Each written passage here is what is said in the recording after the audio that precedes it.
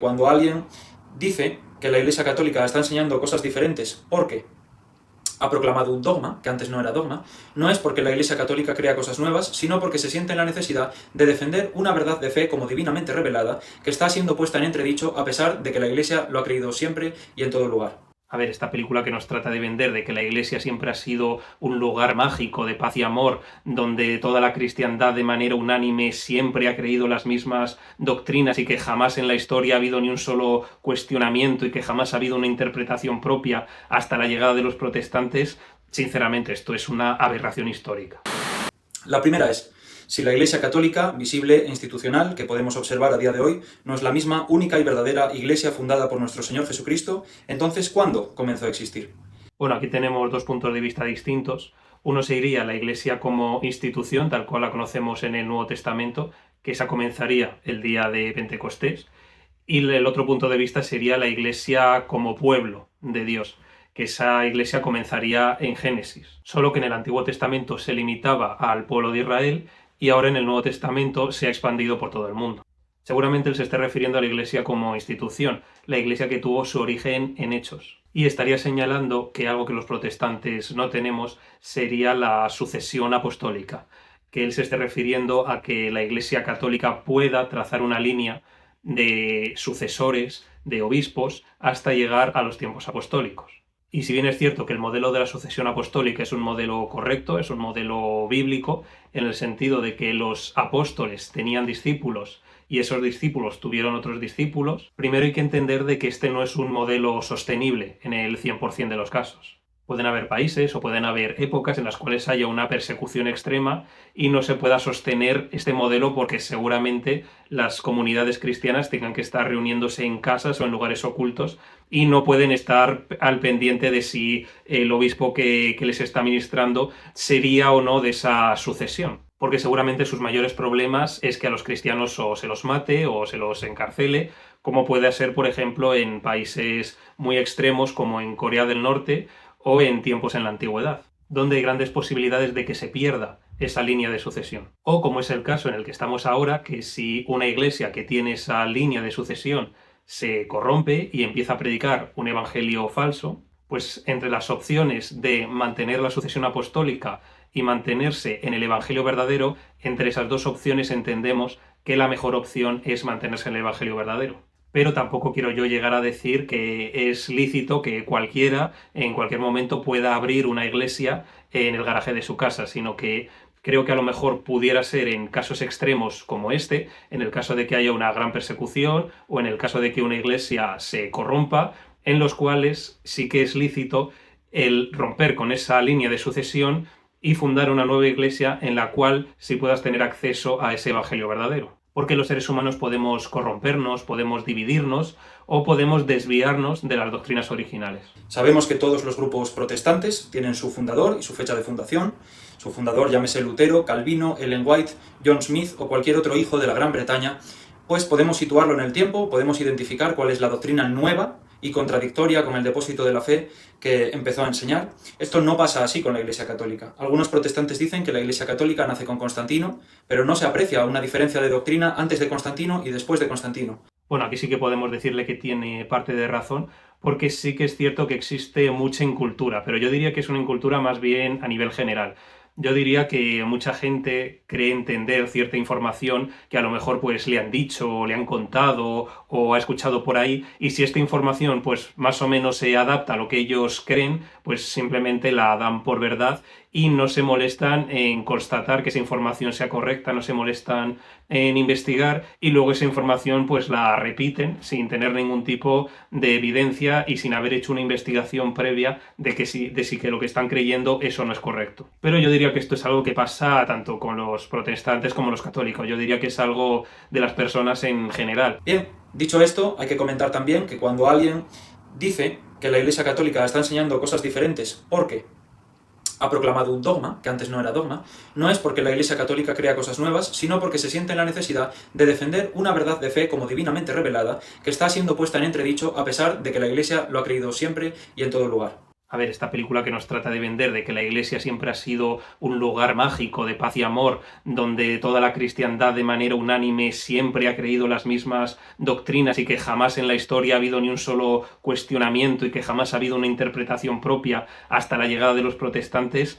Sinceramente, esto es una aberración histórica. Si bien es cierto que en la historia ha habido algunos dogmas, los cuales sí que ha habido unanimidad prácticamente dentro de la Iglesia y que la gran mayoría ha estado de acuerdo de proclamar esos dogmas, también es cierto que ha habido muchos otros, los cuales parten de disputas internas dentro de la Iglesia, con muchos debates, muchos cuestionamientos, muchas interpretaciones propias, y esto ocurre en épocas tanto tempranas como tardías. Asimismo, por la herejía de Nestorio, el nestorianismo, hubo que declarar formalmente el dogma de la Theotokos, la Santa Madre de Dios. ¿Por qué? Porque antes la gente no creía que en Cristo convivían dos naturalezas, la humana y la divina, en perfecta unión hipostática. Pues no, la gente sí lo creía. Pero esta nueva herejía puso en tela de juicio la doctrina de la Iglesia y por lo tanto hubo que definir de forma definitiva, infalible, absoluta, a perpetuidad, esta verdad de fe sobre la cual no puede flotar un ápice de duda.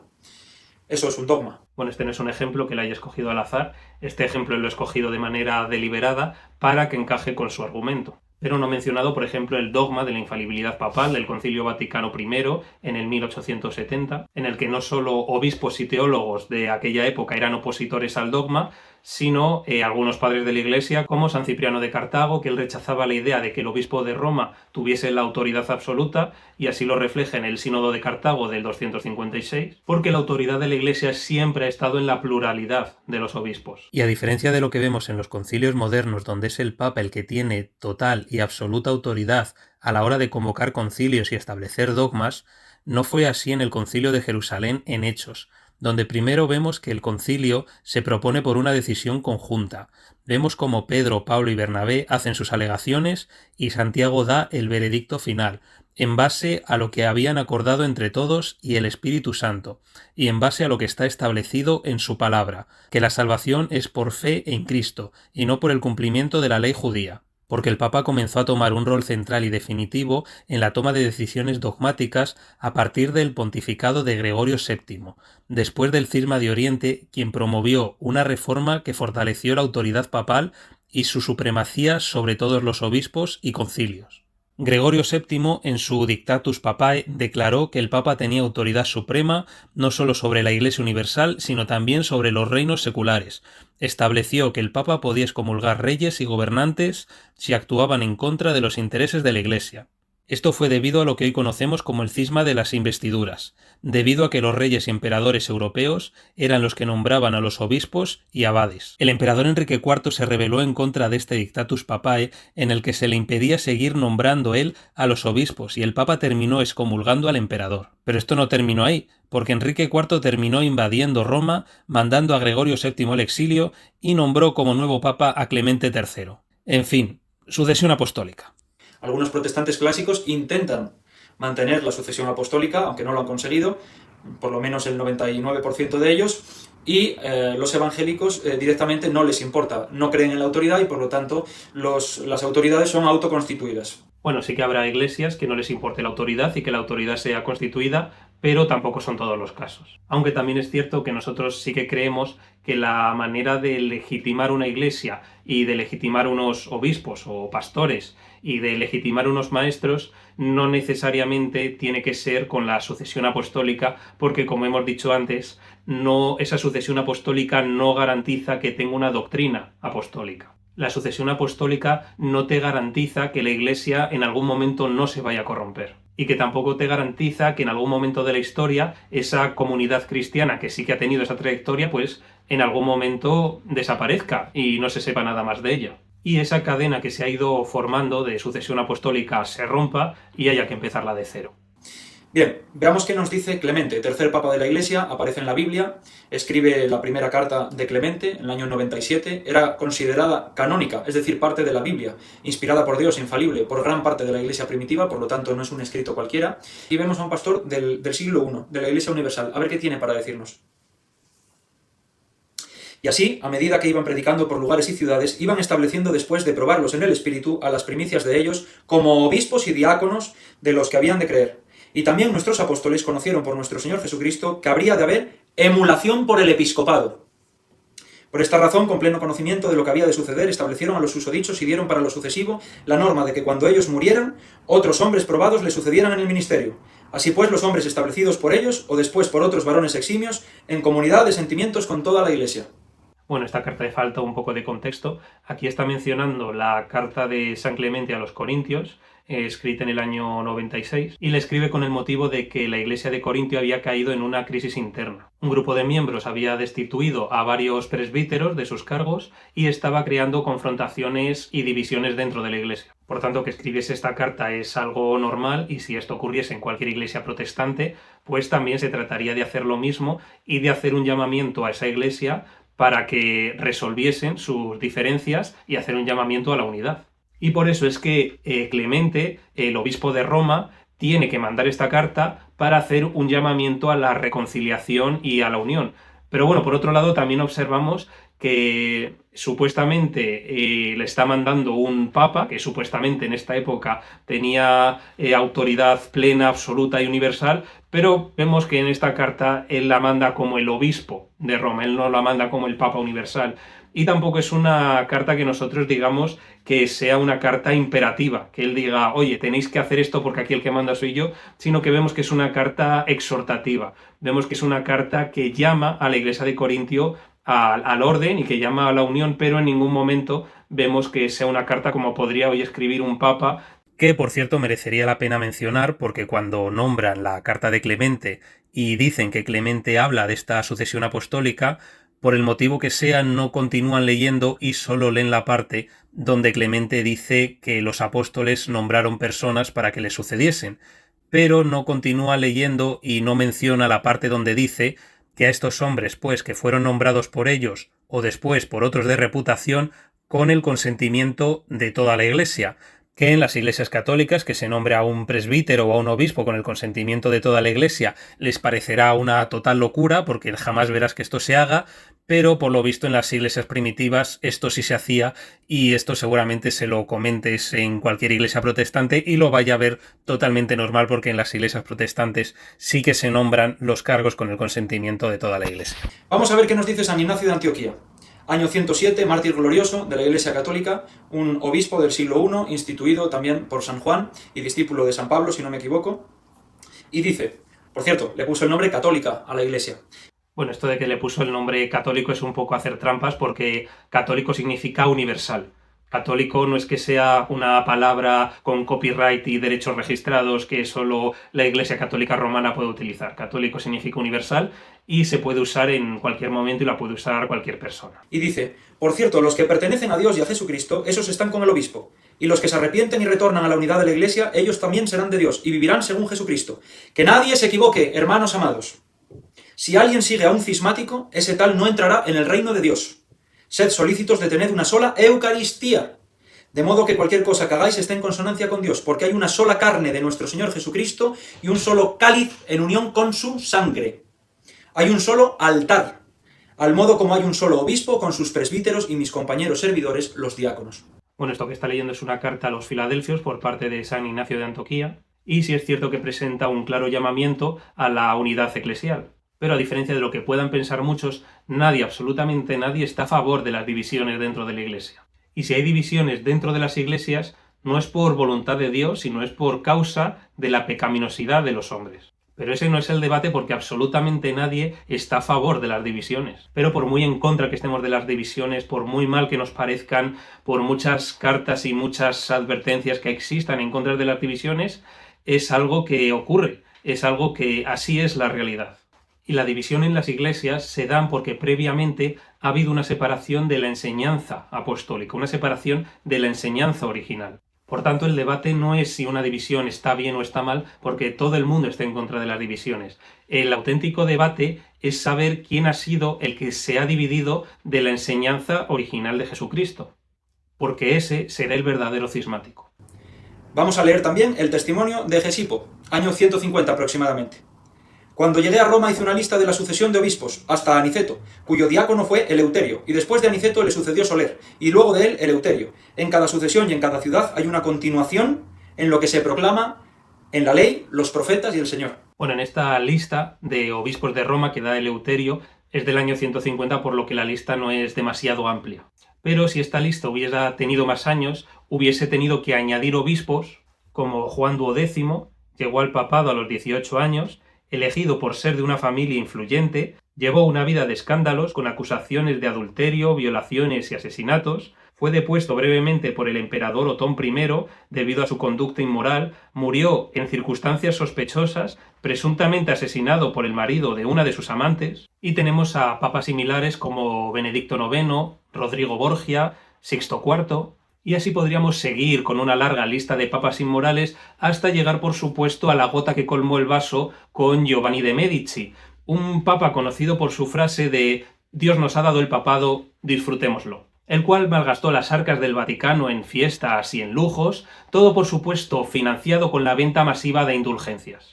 Y si hago una mención especial al Papa Giovanni de Medici, fue porque fue el Papa que de manera indirecta dio inicio a la Reforma Protestante con Martín Lutero. Porque, por supuesto, la sucesión apostólica, como he dicho antes, no garantiza que no existan lobos vestidos de oveja, no garantiza que la Iglesia no se corrompa, no garantiza que la Iglesia no se desvíe de la sana doctrina y no garantiza la infalibilidad. Y vamos por último, porque podría estar infinitamente, pero a leer al gran doctor de la Iglesia, a San Ireneo, alumno de Policarpo de Esmirna, mártir de la Iglesia, discípulo de San Juan. Policarpo, me refiero. En el siglo II. Dice San Ireneo: pero la tradición de los apóstoles está bien patente en todo el mundo. Véase cómo aquí utiliza tradición como forma de expresar la enseñanza de la Iglesia. No habla de la sola Biblia. Sí, claro, creo que hasta ahí todos llegamos. Todos entendemos que en la Iglesia del siglo II no era como es hoy en día, que sacas tu móvil, abres la Biblia y tienes ahí a tu disposición todas las traducciones y todas las versiones y todos los libros y todo lo que tú quieras. Entendemos que en el siglo II no podía ser así porque digamos que la escritura no era un invento que todavía estuviese estandarizado. Entendemos que en ese siglo la mayoría de la gente era analfabeta y que en aquella época tener un libro era como tener un Ferrari, así que sí, entendemos que en aquel tiempo no era como es hoy en día. Pero de la misma manera que todos entendemos eso, también todos tendríamos que entender que a día de hoy, si nosotros utilizamos la lectura y la escritura como el método más estandarizado para impartir y recibir un conocimiento, no es por un mero capricho, sino porque es el método más efectivo de transmitir un conocimiento en el tiempo sin que éste se corrompa ni se pierda. Pero la tradición de los apóstoles está bien patente en todo el mundo y pueden contemplarla todos los que quieran contemplar la verdad. En efecto, podemos enumerar a los que fueron instituidos por los apóstoles como obispos sucesores suyos hasta nosotros. Y estos no enseñaron nada semejante a los delirios de los herejes. Porque si los apóstoles hubiesen sabido misterios ocultos para ser enseñados exclusivamente a los perfectos, a escondidas de los demás, los hubiesen comunicado antes que a nadie a aquellos a quienes confiaban las mismas iglesias, pues querían que estos fuesen muy perfectos e irreprensibles en todos los aspectos, como que los dejaban como los sucesores suyos para ocupar su propia función de maestros. De su recta conducta dependía un gran bien, en cambio si ellos fallaban, se había de seguir una gran ruina. Sería muy largo en un escrito como el presente enumerar la lista sucesoria de todas las iglesias. Por ello indicaremos como la mayor de ellas, la más antigua y la más conocida de todas, la iglesia que en Roma fundaron y establecieron los dos gloriosísimos apóstoles Pedro y Pablo. Tiene una tradición que arranca de los apóstoles y llega hasta nosotros en la predicación de la fe a los hombres, a través de la sucesión de los obispos. Así confundimos a todos aquellos que de cualquier manera, ya sea por complacerse a sí mismos, ya por vanagloria, ya por ceguedad o falsedad de juicio, se juntan en grupos ilegítimos. En efecto, con esta iglesia de Roma, a causa de la mayor autoridad de su origen, ha de estar necesariamente de acuerdo toda otra iglesia. Es decir, los fieles de todas partes. En ella siempre se ha conservado, por todos los que vienen de todas partes, aquella tradición que arranca de los apóstoles. Por los clavos de Jesucristo, hermanos protestantes, ¿qué tiene que ver esto con cualquiera de vuestras iglesias? ¿Qué tiene que ver esto con lo que os ha enseñado vuestro pastor? ¿Qué tenéis que ver vosotros en vuestra práctica religiosa y entendimiento de la unidad de la iglesia con lo que nos comentan los primeros cristianos? Pues si bien es cierto que hoy en día la unidad de la Iglesia se ha perdido y existen muchas divisiones y muchas denominaciones, tampoco tiene que ver esto con lo que es hoy en día la Iglesia Católica moderna. ¿Acaso estos escritos que él está nombrando vosotros pensáis que podría hacerlos el Papa actual de Roma? ¿En serio vosotros veis al Papa actual de Roma haciendo este tipo de escritos? ¿El Papa actual que no hace más que dividir a los católicos y meterse en temas políticos? ¿Acaso estos primeros obispos se metían en política? ¿Qué tiene que ver lo que vemos hoy en la sede del Vaticano, en la Basílica de San Pedro, con estos primeros obispos? ¿Qué tiene que ver?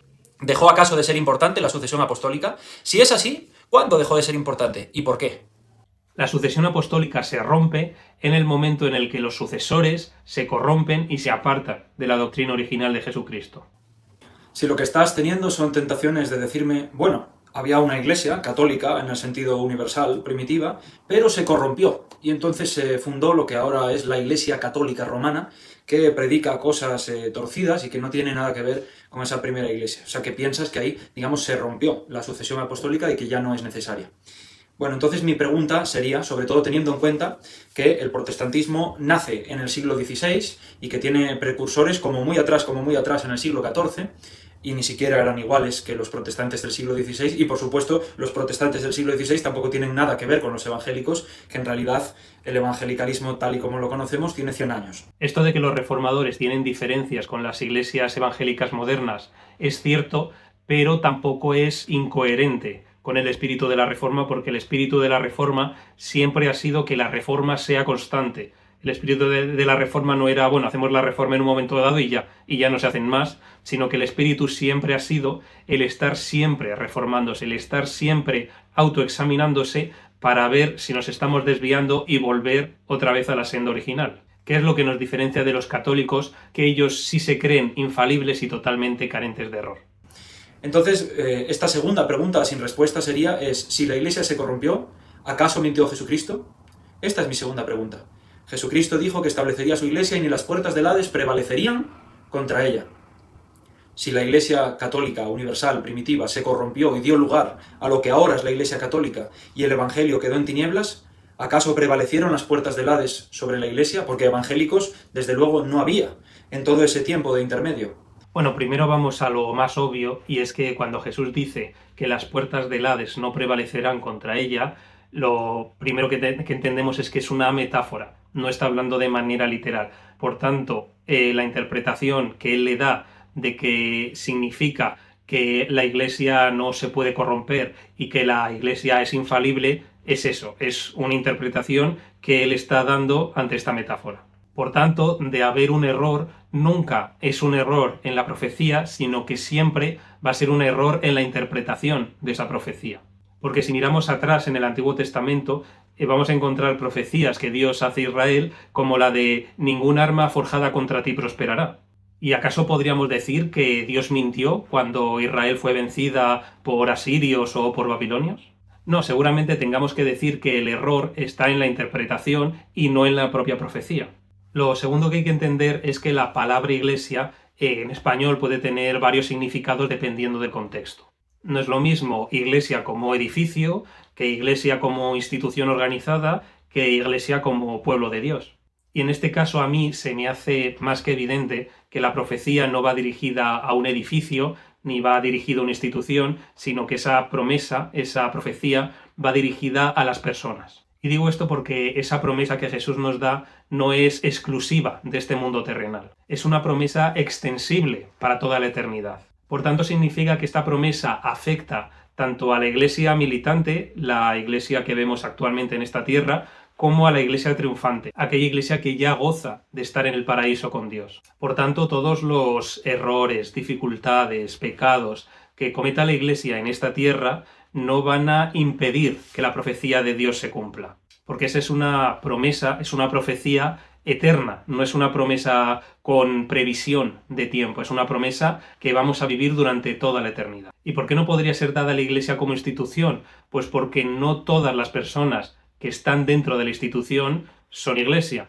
No todas las personas que están dentro de la institución son pueblo de Dios. Hay muchas personas que son falsos hermanos, son falsos pastores, son falsos maestros y que están en la iglesia sin formar parte del pueblo de Dios. Porque la Biblia nos alerta de aquellos lobos vestidos de oveja. Y no habla de lobos afuera, en las sectas, ahí que están ahí esperándonos para captarnos y que nos marchemos de la iglesia verdadera. No, la Biblia nos alerta de aquellos lobos, de aquellos falsos hermanos, falsos maestros que están dentro de la iglesia. Y así lo dice Pablo en Hechos 20, del 29 al 30. Porque yo sé que después de mi partida entrarán de en medio de vosotros lobos rapaces, que no perdonarán al rebaño, y de vosotros mismos se levantarán hombres que hablen cosas perversas para arrastrar tras sí a los discípulos. Por tanto, de la misma manera que el pueblo de Dios en el Antiguo Testamento vio corrupción en su país, vio corrupción en el Estado de Israel, vio reyes corruptos, políticos corruptos, instituciones corruptas, y aún así Dios no incumplió ninguna de sus promesas que le fue dada al pueblo de Israel, de igual modo nosotros podemos ver corrupción dentro de la Iglesia como institución y aún así que la palabra de Dios no se incumpla y que tampoco se incumplan ni sus promesas ni su profecía. Porque las promesas de Dios no van dirigidas a una institución, de igual modo que las promesas de Dios en el Antiguo Testamento no iban dirigidas a un país terrenal, sino que van dirigidas a ese remanente fiel que no se han corrompido aun estando en esa institución que sí se ha corrompido. Y yo recogeré el remanente de mis ovejas de todas las tierras a donde las eché, y las haré volver a sus moradas, y crecerán y se multiplicarán. Y tercero, si nosotros analizamos las palabras de Jesús, difícilmente Jesús va a estar diciendo que la Iglesia va a ser infalible, que la Iglesia nunca se va a equivocar, que la institución de la Iglesia jamás verá corrupción, porque finalmente la palabra Hades significa el lugar a donde van los muertos. Y al lugar de donde van los muertos no hay salida posible. Cuando alguien muere y va al Hades, esa persona no puede salir del Hades. Por tanto, ¿qué tendría que ocurrir para que se pudiese vencer a la muerte y para que se pudiese salir del Hades? Pues habría que romper las puertas del Hades para que, digamos, la muerte no te afecte. Y eso es lo que Jesús está prometiendo. La muerte no va a afectar a su Iglesia. Esa muerte espiritual que Dios puso como consecuencia a Adán y a Eva por haber mordido el fruto, no va a afectar a la Iglesia. Cuando lo corruptible se revista del incorruptible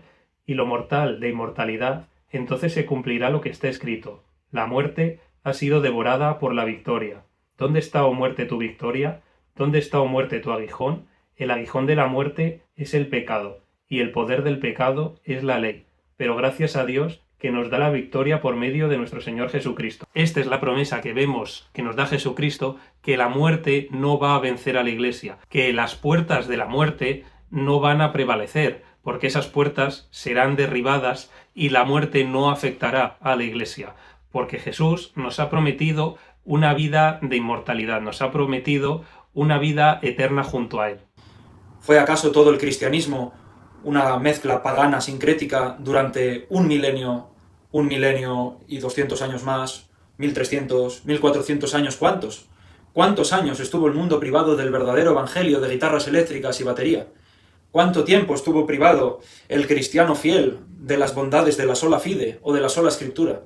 En aquella época en la que casi nadie podía tener una Biblia porque era el sueldo de 3 años de una persona de clase media y además los monjes estaban copiando a mano para que no se perdieran las Sagradas Escrituras. O sea que quisiera saber si efectivamente la Iglesia se corrompió y dio lugar a lo que hoy es la Iglesia, que por lo visto es la gran ramera y no sé cuántas cosas más.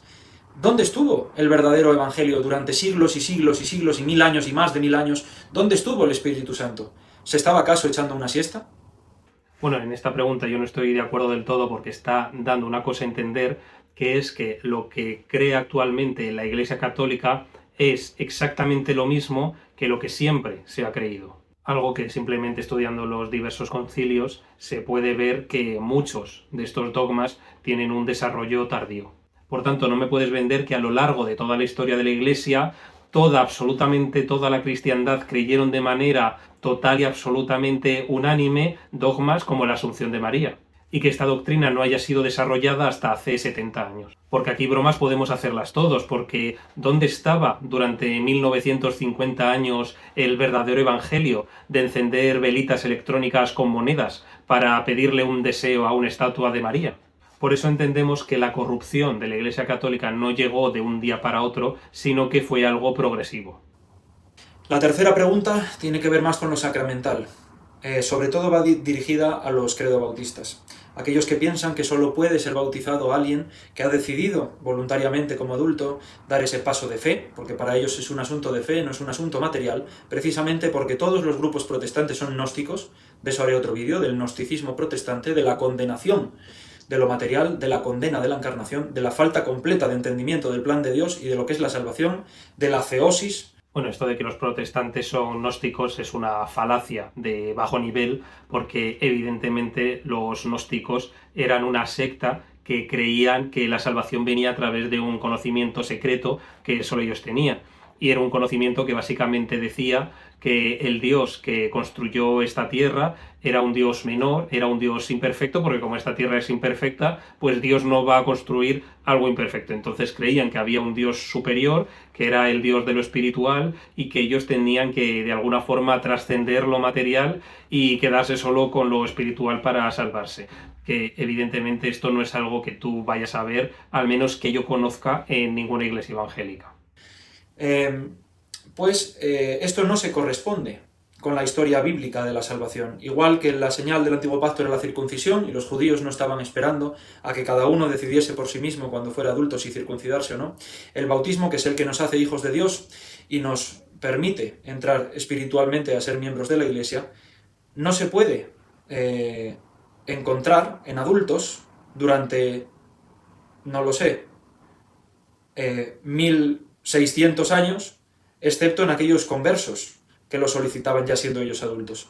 Todos los bautismos se daban a niños. Si el Señor le dijo a Nicodemo que no nacería de nuevo, no podría entrar en el reino de Dios si no nacía del agua y del Espíritu, y todos los bautismos se producían a niños, excepto los conversos adultos, lo que me estáis diciendo sería que no hubo ni un bautismo válido durante siglos y siglos y siglos y siglos y siglos, pues se fueron todos al infierno. Bueno, primero creo que haciendo esta afirmación se está haciendo un flaco favor, porque eso de que el bautismo es algo imprescindible para la salvación no está contando toda la información que la Iglesia Católica tiene al respecto de este tema. Porque si nos vamos al Concilio de Trento de 1547, en la sesión 6, capítulo 4, dice que la justificación puede venir antes del bautismo si es que la persona tiene un deseo sincero de recibirlo. Así que para ellos tan imprescindible como él dice, no es. Verdaderamente hay que hacer equilibrios para predicar las locuras protestantes, porque además cada uno le atribuye un significado diferente al bautismo.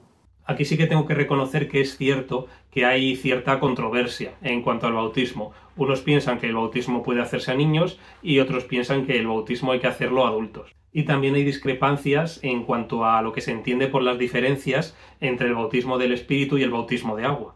Yo en lo personal creo que el bautismo necesario para ser salvo es el bautismo del Espíritu, que es cuando el Espíritu Santo lo recibe cada creyente. Y el bautismo de agua es un mandamiento, el cual es una representación de ese nuevo nacimiento que se ha obtenido por medio del bautismo del Espíritu.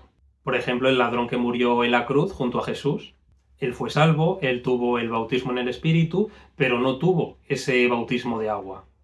Eso sí, entendemos que si hubiese vivido más tiempo, él se hubiese bautizado y él hubiese comenzado un discipulado para tener frutos dignos de arrepentimiento y para comenzar una vida de creyente.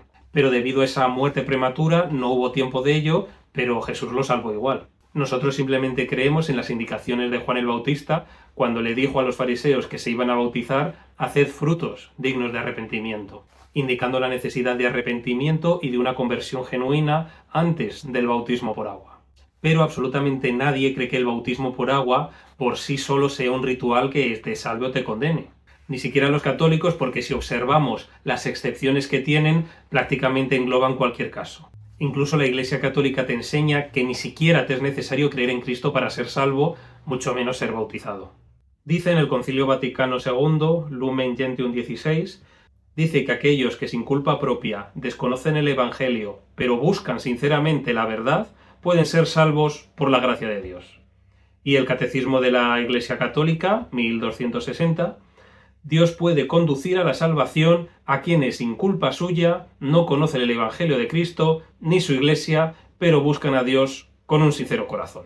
Pero bueno, imagino que esto también dirá que forma parte de esa tradición oral que los apóstoles en cierto momento dijeron pero no escribieron, y que por el motivo que sea, pues la Iglesia no lo ha revelado hasta hace 60 años. Y también hay que decir que, ya que somos tan rigurosos con el tema del bautismo, también hay que reconocer que la Iglesia Católica Romana actual no bautiza como si lo hacían en la Iglesia de los primeros siglos, porque la Iglesia Católica actual bautiza por el método de la aspersión. Y hay evidencias que afirman que en la Iglesia primitiva siempre se ha bautizado por el método de sumersión. El método de aspersión igual estaba reservado a aquellos casos totalmente extremos en los que apenas hubiese agua para bautizar. Y sí, yo sé que muchos podrán decir que bueno, que lo importante es en sí el bautismo y que no importa tanto la cantidad de agua, pero ya que somos total y absolutamente rigurosos con este tema, pues bueno, también habría que tener en cuenta que la Iglesia Católica no bautiza de la misma manera exacta en la cual lo hacían en la Iglesia de los primeros siglos. Esto me lleva a la cuarta pregunta.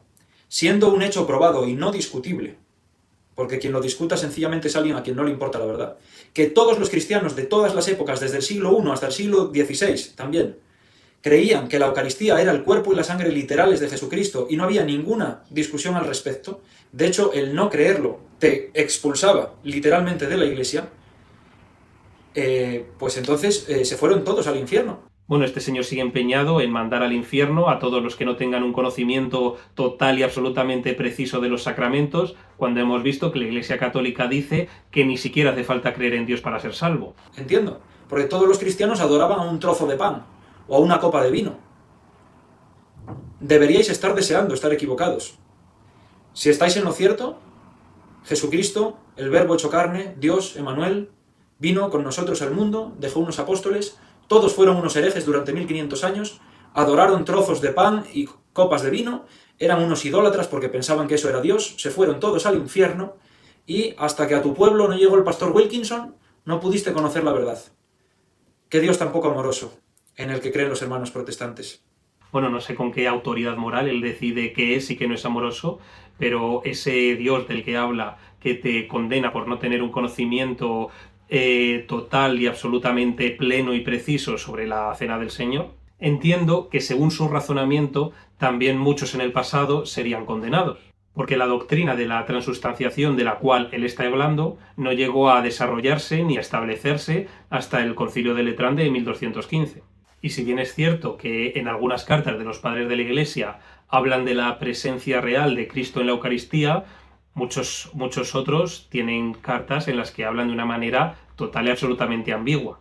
Pero ni por asomo, ni mucho menos, existía un conocimiento tan pleno y tan preciso como el que vemos desarrollado de manera más tardía en el Concilio de Letrán. Incluso si nos vamos a iglesias primitivas como la de Corintio, mucho menos conocimiento todavía. Porque vemos que en el capítulo 11 Pablo reprende a la iglesia de Corintio porque muchos iban a la cena del Señor directamente a cenar. Incluso dice que muchos llegaban hasta emborracharse. Que por cierto, esto también indica que no siempre el tener el conocimiento o la tradición más antigua es sinónimo de estar en lo correcto. Porque muchas veces, como en el caso de la iglesia de Corintio, la iglesia tiene que reformarse.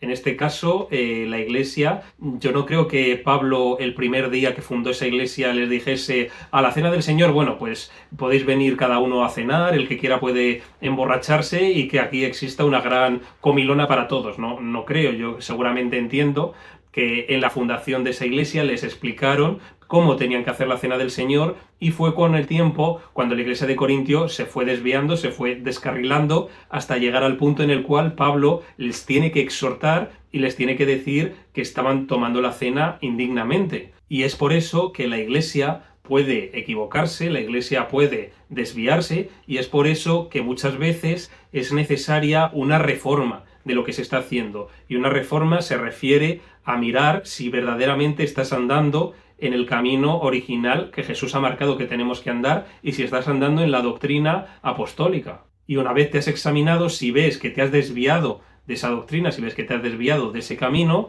pues tendrás que reformarte y tendrás que volver otra vez a encarrilarte. Porque cuando Pablo dice que los que comen y beben para condenación, se refería a aquellos que lo hacen indignamente. Y es por eso que dice que la tomen con una limpia conciencia, analizándose cada uno a sí mismo.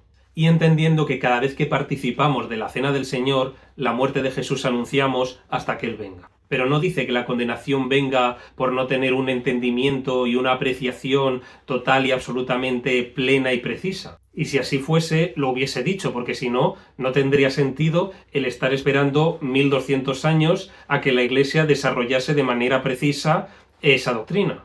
En lo personal yo diría que muchas veces Dios nos enseña algo sencillo, algo fácil, que todos seamos capaces de entenderlo, y que muchas veces somos nosotros los que nos vamos a los extremos, o bien en el caso de Corintio, que llegaban al extremo de no apreciarlo y de tomárselo todo a broma, o como en el caso de la Iglesia Católica, que tiene que darle un entendimiento mucho más místico, complejo y enrevesado de lo que verdaderamente es.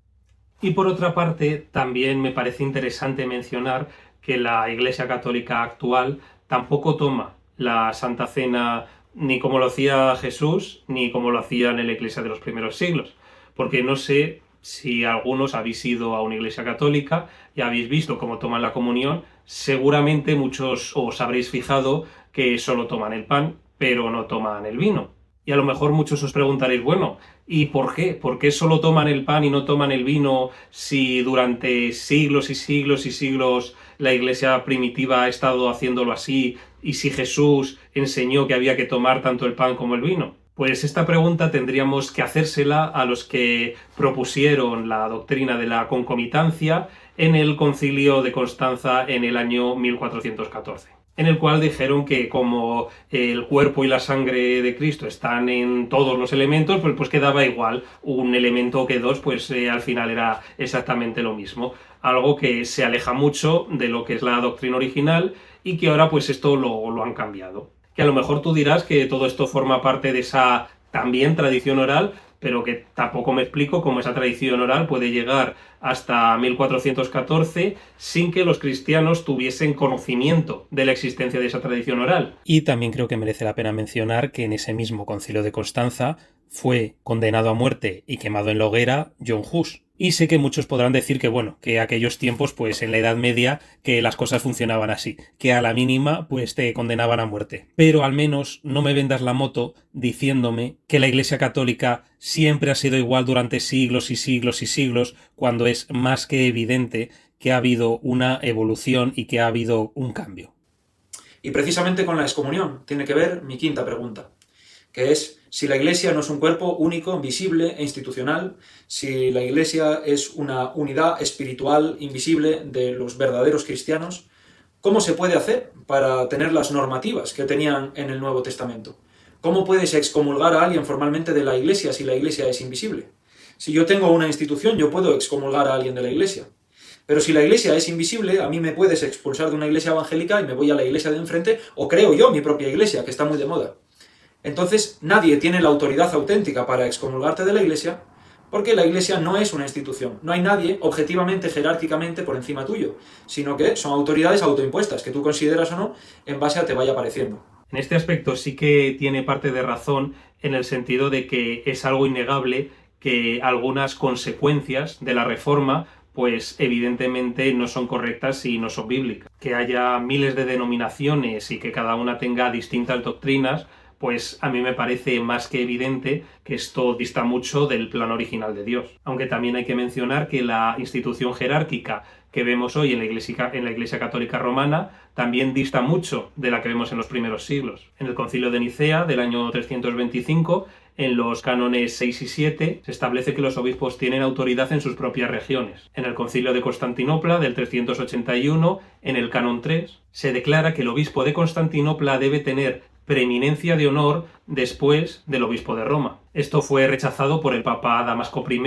porque reducía el poder de Roma frente al de Constantinopla. En el Concilio de Calcedonia del 451, en el canon 28, declara que el obispo de Constantinopla tiene la misma dignidad que el de Roma. Esto, evidentemente, el Papa León I se opuso a este canon y no lo aceptó. Más adelante, el Papa Gregorio Magno, en el año 600, rechazó el título de obispo universal. Hasta que en el año 1054, el Papa León IX envió a su legado, el cardenal Humberto, para exigir la dimisión del patriarca de Constantinopla, Miguel Celulario. Celulario rechazó la autoridad universal del Papa debido a que esto era una innovación y que no formaba parte de la tradición apostólica. Por lo tanto, las divisiones, las discrepancias, las disputas, las diferencias de opinión siempre han estado ahí, siempre lo estarán y siempre han estado presentes en la Iglesia, sobre todo cuando lo que estaba en juego era el poder. La cuestión es que esto no es algo incoherente con la Reforma, porque en la Reforma protestante no somos nosotros los que tenemos que defender la infalibilidad, ni somos nosotros los que tenemos que defender que somos perfectos y que no cometemos ningún error. Nosotros no tenemos el dogma de la infalibilidad papal.